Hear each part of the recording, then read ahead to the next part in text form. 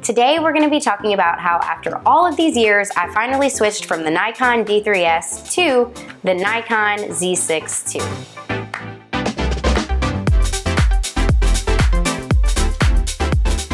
Before we jump into the content, if you want to download my free posing guide, pricing guide, or come behind the scenes to watch me shooting live, be sure to visit the links in my YouTube video. If you're tuning in on our Mistakes Make Magic podcast, you can now watch on our YouTube channel. Okay, so why did I switch after all of these years of being in the Nikon D3S into this camera? Okay, well first and foremost, you can see visually the size.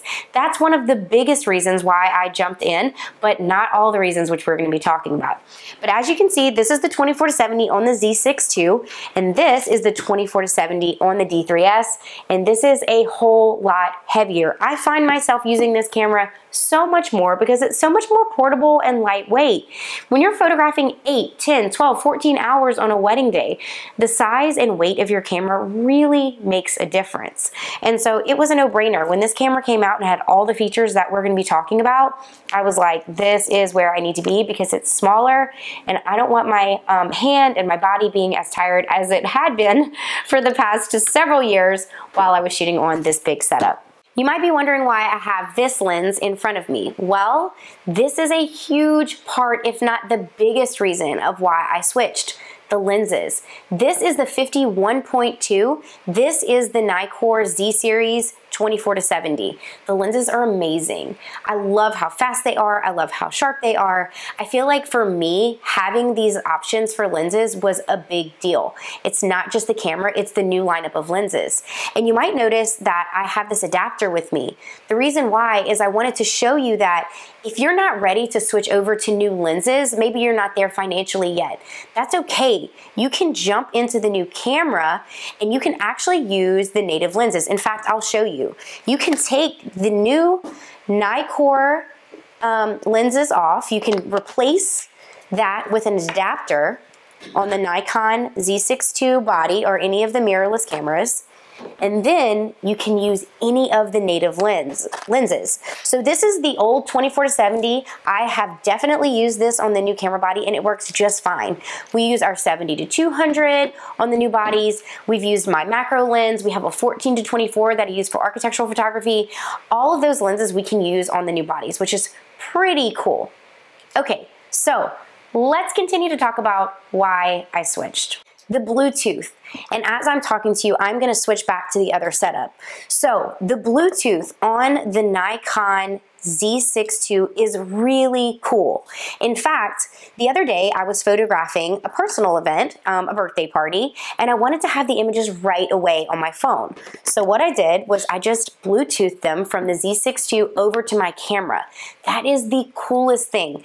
They're not necessarily the high resolution raw images that I'm able to transfer. They're a low res JPEG, but I'm still able to get those images on my phone right away and I can edit them in PicTapGo or something like Lightroom. It is really cool to have that instant gratification, and people that I've shared these images with absolutely love it as well. Another pro, this camera is super quiet. In fact, when I'm taking photos, a lot of times people don't even know that I've taken the photo, which is a huge pro.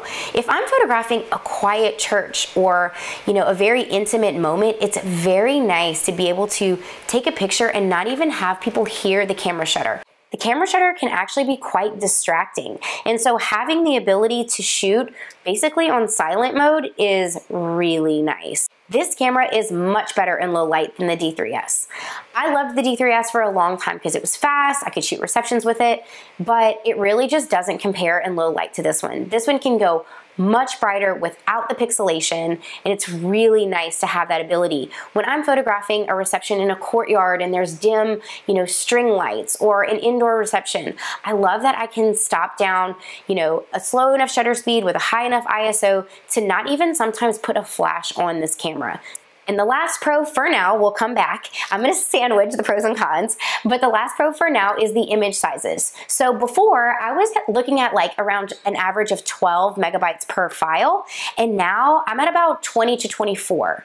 Yes, there are cameras that produce larger image files. In fact, I think the Z7 is like a close to 50 megabyte image file. Same thing for the GFX, but I personally don't want that. Some people may disagree with that, but I am not a commercial photographer. I'm not photographing for billboards necessarily. I don't want all of those huge image files bogging down my computer.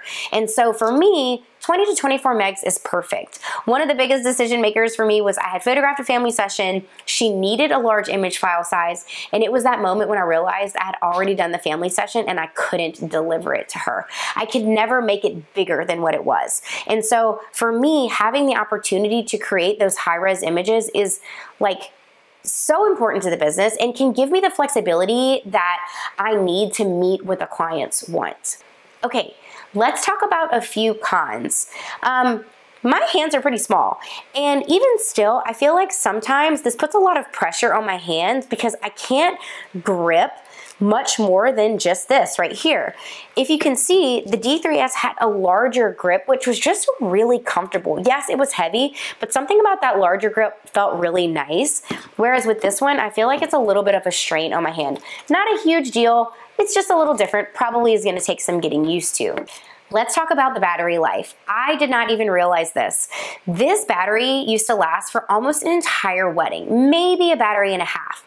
With this camera, I'm looking at about 4 batteries on average per wedding. So if you buy this camera, before you go and photograph a wedding with it, especially if it's longer coverage, like 10 to 12 hours, make sure you have extra batteries and extra chargers if you're photographing a double wedding weekend.